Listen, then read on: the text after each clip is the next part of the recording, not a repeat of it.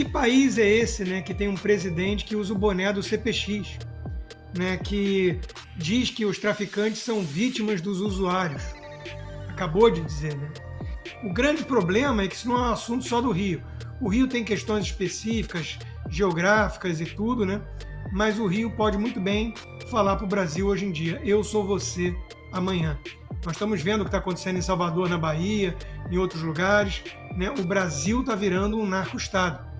Isso é muito grave e quando você perde o controle, quando você não tem mais condições de contenção, como o próprio governador do estado admitiu, você tem o domínio do estado paralelo. Vias fechadas importantes que fazem acesso ao aeroporto, quer dizer, nós temos um estado paralelo mandando, né, estado de guerra. Olá, fala pessoal, sejam bem-vindos. Se você gosta e apoia o nosso conteúdo, deixe o seu like e inscreva-se no canal.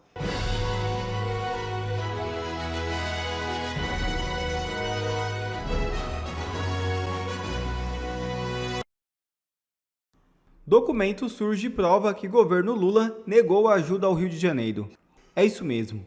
O ministro da Defesa, José Múcio Monteiro, negou pedidos do governo do Rio de Janeiro, Cláudio Castro, para a utilização de veículos blindados da Marinha em ações de combate ao crime organizado em áreas dominadas por facções como o Comando Vermelho. Documentos obtidos pela imprensa confirmam que o pedido foi feito em 28 de janeiro por meio de um ofício encaminhado ao Ministério. A solicitação de Castro pedia a liberação dos blindados com operações militares para reforçar as forças de segurança estaduais em confrontos com traficantes. Segundo o documento, o equipamento solicitado era o carro Lagarta Anfíbio, veículo de uso tático da Marinha empregado em deslocamentos entre navio e terra, com alta proteção e poder de fogo. Durante a entrevista coletiva nesta terça-feira, o governador declarou que não solicitou ajuda federal para a operação em andamento nos complexos da PEN e do Alemão, porque já tiveram pedidos negados 3 vezes. Segundo ele, as negativas ocorreram devido à exigência de uma operação de garantia da lei e da ordem, conhecida como GLO, medida que o presidente Luiz Inácio Lula da Silva é contrário a autorizar. Abre aspas. Tivemos pedidos negados 3 vezes. Para emprestar o blindado, tinha que ter GLO, e o presidente Lula é contra a GLO. Cada dia é uma razão para não colaborar. Fecha aspas, afirmou Castro. Fontes próximas ao governador afirmaram que, ao ser procurado, o ministro José Múcio orientou que o pedido fosse direcionado ao comandante da Marinha na região. O oficial, no entanto, teria recusado a solicitação, alegando que o emprego de tropas e blindados só poderia ocorrer mediante decreto presidencial autorizando a GLO. Em nota oficial, o Ministério da Defesa confirmou que o ofício do governo fluminense foi submetido à Advocacia Geral da União, que emitiu parecer técnico apontando a necessidade de um decreto presidencial para atender a demanda. O Ministério afirmou ainda que o apoio à solicitação de Castro dependeria de uma decisão formal do presidente da República. Agora vamos tratar do grande assunto, da barbaridade do dia de hoje. O governador Cláudio Castro declarou guerra ao narcoterrorismo no Rio de Janeiro. Infelizmente, 4 policiais foram mortos na ação classificada de mais letal da história do Rio de Janeiro contra o narconegócio. Foram 60 bandidos mortos. E aí, lógico, já começou o chororô da esquerda canalha do Brasil, dos bandidólatras, né?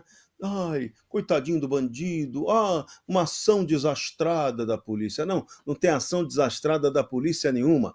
Ação desastrada é um governo federal que aceita o país ter 45 mil pessoas sendo assassinadas por ano, outras milhares sendo desaparecidas sem ter uma política de segurança verdadeira. E o governo agora ainda quer controlar, centralizar a segurança pública. Para quê? Para quê? Para facilitar a vida de quem?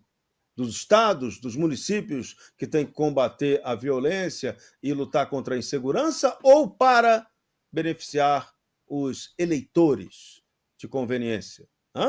A pergunta que tem que ser respondida com muita seriedade. Mas vamos para o Rio, barbárie do Rio.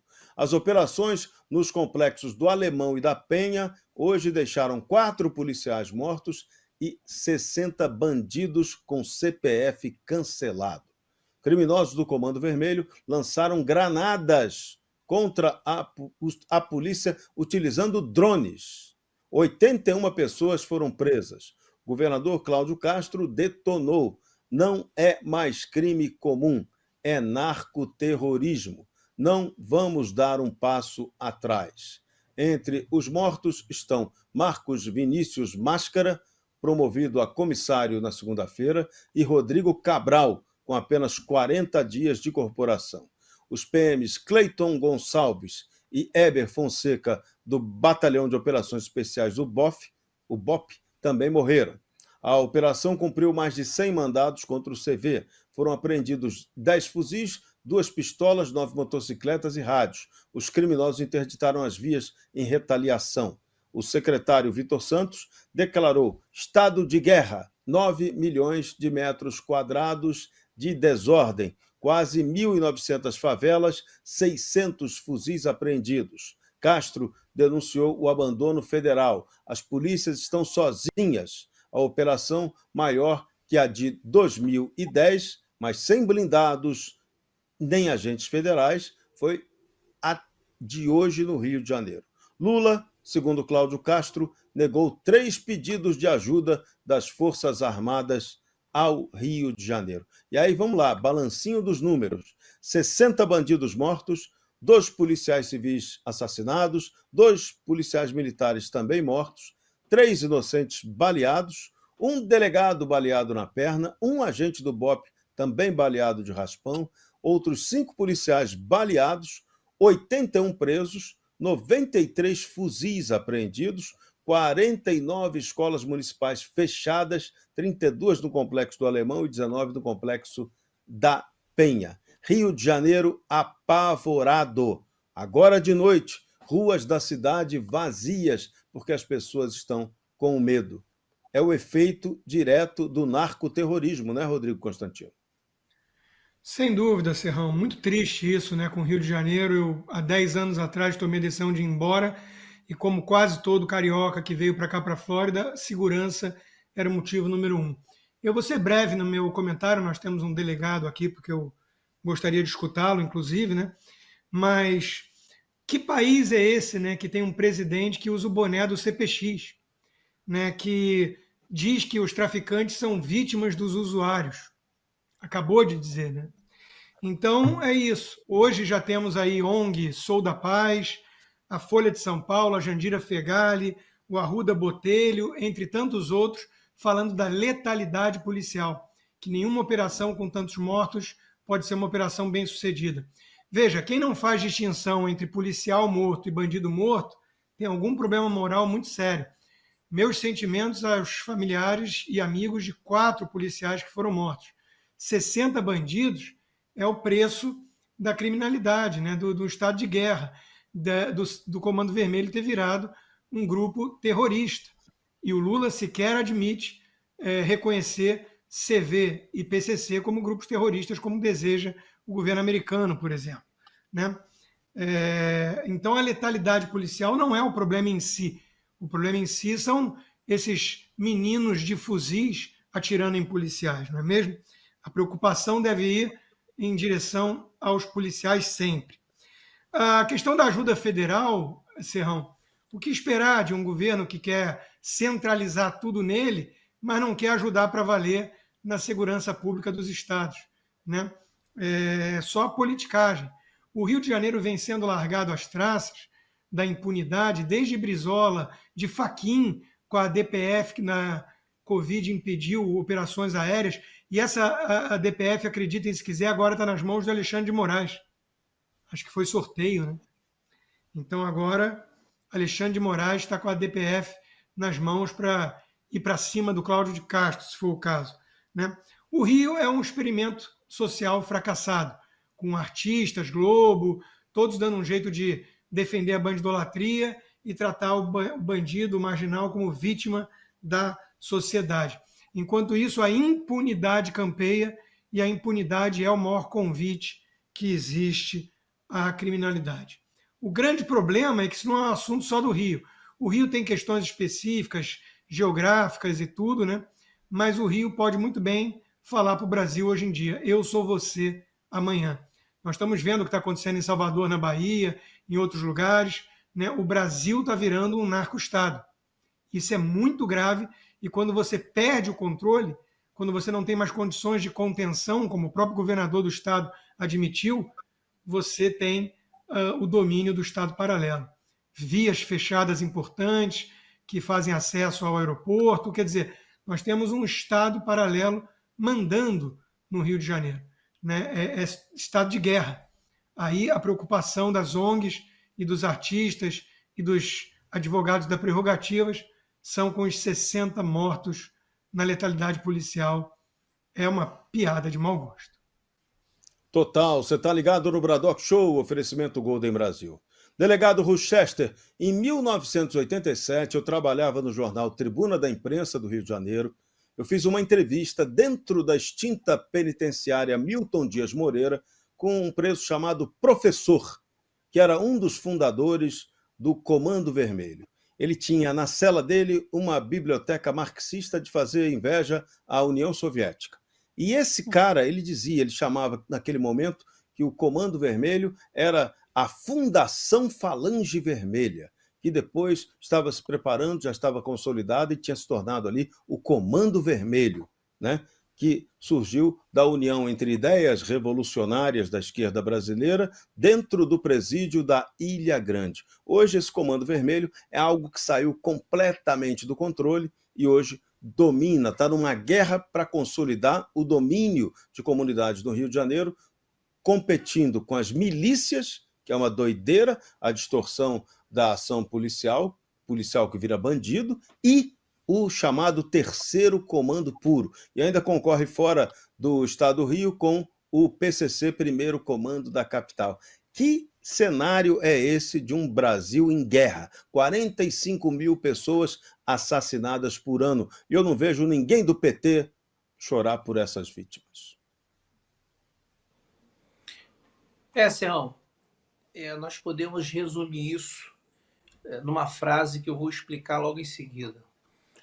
Enquanto o governo federal se omite, o narcoterrorismo avança e quem paga a conta é o povo do Rio de Janeiro. E eu vou explicar isso de uma forma bem simples. Está na nossa cara, na prática e na teoria. E só não enxerga quem ou é ignorante ou está de má fé. Só tem essas duas opções. Ok? Se você for analisar o plano de segurança pública do governo federal, não há nenhum plano de estratégia para combate a facções criminosas.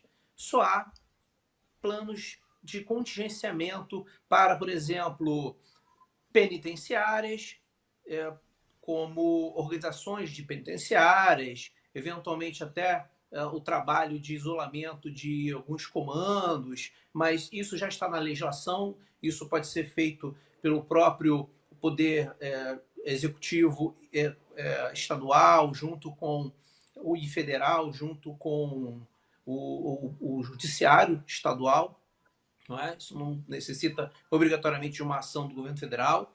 Você tem lá o plano de enfrentamento às milícias, de enfrentamento às fronteiras, mas você não vê um plano de enfrentamento às facções criminosas. E aí não é de surpreender que a gente se depare, como o próprio Rodrigo Constantino colocou, daquela fabulosa, né, porque vem de fábula, frase capitaneada pelo nosso presidente recentemente, de que traficante é vítima de usuário. Nunca tinha realmente ouvido algo tão estarrecedor e tão fantástico do mundo da fantasia como essa. Já tinha ouvido que o usuário era vítima do tráfico, do traficante, nunca o contrário. É realmente uma inovação. Deve ser digna até de uma tese de doutorado lá do mundo de Nárnia, por exemplo. Porque somente levando para o plano do deboche é que a gente pode debater isso, porque no plano das ideias isso realmente está completamente descartado. Não é possível falar sobre isso. Em segundo lugar, se nós formos levar, a título de exemplo, outros países que possuem um comparativo de enfrentamento de problemas de criminalidade, como a do Rio de Janeiro, que se equipara a uma guerrilha urbana com narcotráfico nas alturas de uma equiparação a um narcoterrorismo como nós estamos vivendo, que existem ainda, né, no México, na Colômbia, aqui próximo a nós mesmos, que é o Paraguai, temos ainda alguns resquícios na Argentina, nosso vizinho. Nenhuma dessas criminalidades, mas nenhuma delas se enfrenta com uma polícia sem apoio das Forças Armadas. Inclusive, quando se tem dentro das forças de segurança um enfrentamento dessas polícias, elas são realizadas pelas chamadas forças nacionais, ainda que civis, são as chamadas forças nacionais, porque geralmente alguns desses países possuem um sistema unitário de polícia, e aí você tem a chamada força nacional, que é diferente das locais, que seriam aqui equiparadas estaduais, e, portanto, não são as forças locais que enfrentam esse tipo de criminalidade que é transregional, ou seja, inclusive transnacional, que nossas facções criminosas elas não são mais somente locais, elas são transregionais, inclusive internacionais já. Então, as polícias estaduais elas são heróicas, elas enfrentam uma criminalidade e precisam se estruturar com recursos humanos, com qualificação humana e de estruturação bélica semelhante a forças nacionais e militares que são utilizados nesses outros países para o enfrentamento dessa criminalidade. Então, quando o governo federal ela se omite, né, ou ele, melhor dizendo, se omite a fazer um trabalho em conjunto, inclusive indo de encontro ao próprio plano de segurança, que prevê lá a LGO, que é uma ação conjunta, com força-tarefa, com a Polícia Federal, com as forças federais e incluindo as Forças Armadas, ela vai contra a sua própria prevenção, o seu próprio remédio, que é previsto nos seus planos de segurança pública para o enfrentamento desse tipo de criminalidade. Então, não há dúvidas de que estamos abandonados pelo governo federal e o povo do Rio de Janeiro vem pagando por todo esse preço. E quanto às lamúrias, né, canalhas, né, mau caráter de discursos de esquerda, de que isso é uma ação desastrosa, eu desafio qualquer um que queira se intitular especialista em segurança pública a traçar um plano de ação de narcoterroristas que tomam conta de territórios, que fundam tribunais do tráfico, que definem regras de regras de convivência, punindo pessoas com o terror dentro de comunidades, coagindo moradores, definindo, inclusive, isso é muito fácil de verificar, com barricadas, com regras de ingresso, como se fossem condomínios fechados, para que você possa ingressar. Recentemente, uma pessoa que no Rio de Janeiro que não respeitou uma regra de abaixar o vidro para ingressar numa dessas áreas, ela foi executada pelos traficantes. Não tivemos ninguém da esquerda para falar sobre a ação desses narcoterroristas, não é? Mas se fosse eventualmente uma ação de qualquer outra, se fosse a ação de hoje, né? Sendo a ação de hoje, que é para neutralizar narcoterroristas, as pessoas aparecem criticando uma ação que ela é inevitável. Não é? A desinteligência da ação, eventualmente, do Estado, ela é do passado. Né? Talvez de 80 anos atrás, na sua própria fala, em 87, quando pessoas que declaradamente, inclusive por entrevistas, já afirmavam que estavam fixando um pacto de fundamentalista e fundante de uma facção criminosa, essas pessoas não foram isoladas, não se criou legislação para manter essas pessoas presas ou para se prevenir que essas pessoas realmente pudessem ser punidas pelas suas práticas criminosas e políticas públicas, porque essas pessoas não fossem aliciadas para o ingresso nessas facções. Essas políticas públicas que estavam falidas no passado, que fizeram surgir os crimes que hoje existem, agora que o caldo entornou, não tem outra saída a não ser o enfrentamento dessa criminalidade armada. Não há política de inteligência que se resolva o crime já estabelecido. A política é o que foi feito. Investigou-se o crime, se representou pelos mandados de prisão, identificou-se os criminosos, representou-se pelos mandados de busca e apreensão, e a polícia tinha estrutura e armamento bélico para ir cumprir. E se os criminosos estão resistindo à aplicação da lei e resistem com armamento, então eles vão sofrer as consequências disso. E pagam pelas vidas. Se eles reagem com armamento, a polícia vai ter que reagir também.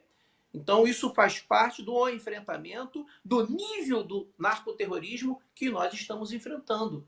Então, tragédia é o nível do governo federal omisso que permitiu que isso acontecesse. Talvez se chegasse lá com armamento bélico das Forças Armadas, intimidando o narcoterrorismo, de tal modo que eles percebessem que o número bélico estivesse tão maior que eles vissem que não poderiam enfrentá-los, que eles estariam numa desvantagem tão grande que para eles seria melhor fugir, talvez essa tragédia não tivesse acontecido.